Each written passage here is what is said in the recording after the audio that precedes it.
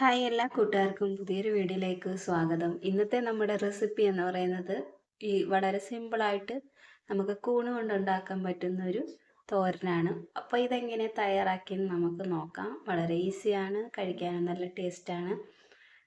അപ്പോൾ നിങ്ങളിതുപോലെ ഒന്ന് തയ്യാറാക്കി നോക്കൂ, വളരെ ടേസ്റ്റാണ്. പിന്നെ നമ്മളിത് തയ്യാറാക്കുമ്പോൾ നാടൻ കൂണ് ആണെങ്കിൽ നല്ല ടേസ്റ്റായിരിക്കും കഴിക്കാനായിട്ട്.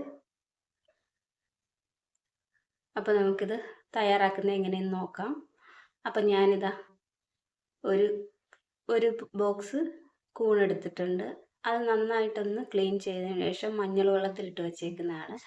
പിന്നെ ഇതിലേക്ക് ചേർക്കാനായിട്ട് കുറച്ച് അധികം ചെറിയുള്ളി എടുത്തിട്ടുണ്ട്. ഒരു 3-4 പച്ചമുളക് കീറി എടുത്തിട്ടുണ്ട്. നമ്മുടെ എരിവിനനുസരിച്ച് പച്ചമുളക് എടുക്കാം. പിന്നെ നമ്മൾ ആദ്യം തന്നെ ചട്ടി വെച്ച് കൊടുത്തിട്ടുണ്ട്. അതിലേക്ക് നമ്മൾ അരിഞ്ഞു വെച്ചിരുന്ന കൂണ്, പച്ചമുളക്, ചെറിയുള്ളി ഇത്രയും കൂടി ഇട്ട് കൊടുത്തിട്ടുണ്ട്. ഇനി ഇതിലേക്ക് നമുക്ക് തേങ്ങ ചേർത്ത് കൊടുക്കാം. ഞാൻ ഒരു 1/2 കപ്പ് തേങ്ങ ചേർത്ത് കൊടുത്തിട്ടുണ്ട്. ഇനി ഇതിലേക്കുള്ള കുറച്ച് ഉപ്പ് കൂടി നമുക്ക് ചേർത്ത് കൊടുക്കണം. കുറച്ച് കറിവേപ്പില ഇട്ട് കൊടുത്തിട്ടുണ്ട്. ഉപ്പ് ഇട്ട് കൊടുത്തതിന് ശേഷം ഇതെല്ലാം കൂടി നല്ലതുപോലെ ഒന്ന് തിരുമ്മിയെടുക്കാം. അപ്പം നല്ലതുപോലെ തിരുമ്മി എടുത്തിട്ടുണ്ട്. ഇനി ഇത് നമുക്ക് അടച്ച് വെച്ചിട്ട് ചെറിയ തീയിൽ വേവിച്ചെടുക്കാം. ഇതിലേക്ക് ഒട്ടും തന്നെ നമ്മൾ വെള്ളം ഒഴിച്ചിട്ടില്ല. അല്പസമയം കഴിഞ്ഞിട്ട് നമുക്കിതൊന്ന് തുറന്ന് നോക്കണം. അപ്പോൾ കൂണിലെ വെള്ളമെല്ലാം വരും.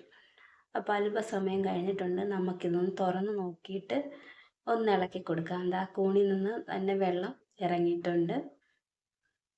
ഇനി ഇതൊന്ന് ഇളക്കി കൊടുത്തതിന് ശേഷം വീണ്ടും നമുക്കിതൊന്ന് അടച്ച് വെച്ചിട്ട് വീണ്ടും ചെറിയ തീയിൽ വേവിച്ചെടുക്കണം.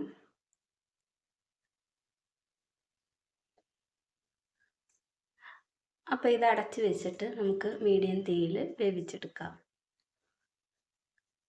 അല്പസമയം കഴിഞ്ഞ് നമ്മൾ അടപ്പ് തുറന്ന് നോക്കിയിട്ടുണ്ട്. അപ്പോൾ വെള്ളമൊക്കെ വറ്റി വന്നിട്ടുണ്ട്. അപ്പോൾ അതൊന്ന് നല്ലതുപോലെ ഒന്ന് ഇളക്കി കൊടുക്കാം.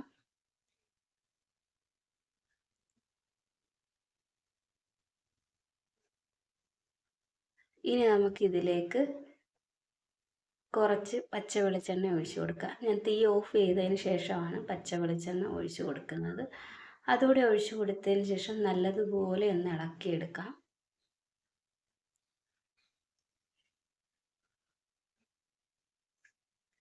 നമുക്കിതിലേക്ക് ഒരു മസാലപ്പൊടിയുടെ ഒന്നും ഒരു ആവശ്യമില്ല. വളരെ സിമ്പിളായിട്ട് ഉണ്ടാക്കാൻ പറ്റുന്നതാണ്. എന്നാൽ നല്ല ടേസ്റ്റുമാണ് കഴിക്കാനായിട്ട്. നമ്മുടെ പറമ്പിലൊക്കെ ഉണ്ടാകുന്ന തരം കൂണാണെങ്കിൽ ഇതിലും നല്ല ടേസ്റ്റാണ് കഴിക്കാനായിട്ട്. അപ്പം ഇതിലേക്ക് വേണമെങ്കിൽ കുഞ്ഞുങ്ങൾക്കൊക്കെ കൊടുക്കാനായിട്ട് കുറച്ച് മുട്ട കൂടി ചേർത്താൽ നല്ല ടേസ്റ്റായിരിക്കും. അപ്പം നിങ്ങൾ ഇതുപോലെ ഉണ്ടാക്കിയിട്ടില്ലെങ്കിൽ ഉറപ്പായിട്ടും ഒന്ന് ഉണ്ടാക്കി നോക്കണം. അപ്പോൾ വീഡിയോ കണ്ട് സപ്പോർട്ട് ചെയ്യുന്ന എല്ലാ കൂട്ടുകാരോടും ഒരുപാട് നന്ദി. അപ്പം നിങ്ങളുടെ വീഡിയോസ് ഞാൻ എല്ലാ കൂട്ടുകാരുടെയും വീഡിയോസൊക്കെ കാണാറുണ്ട്. അപ്പോൾ പുതിയൊരു വീഡിയോ ആയിട്ട് വീണ്ടും കാണാം.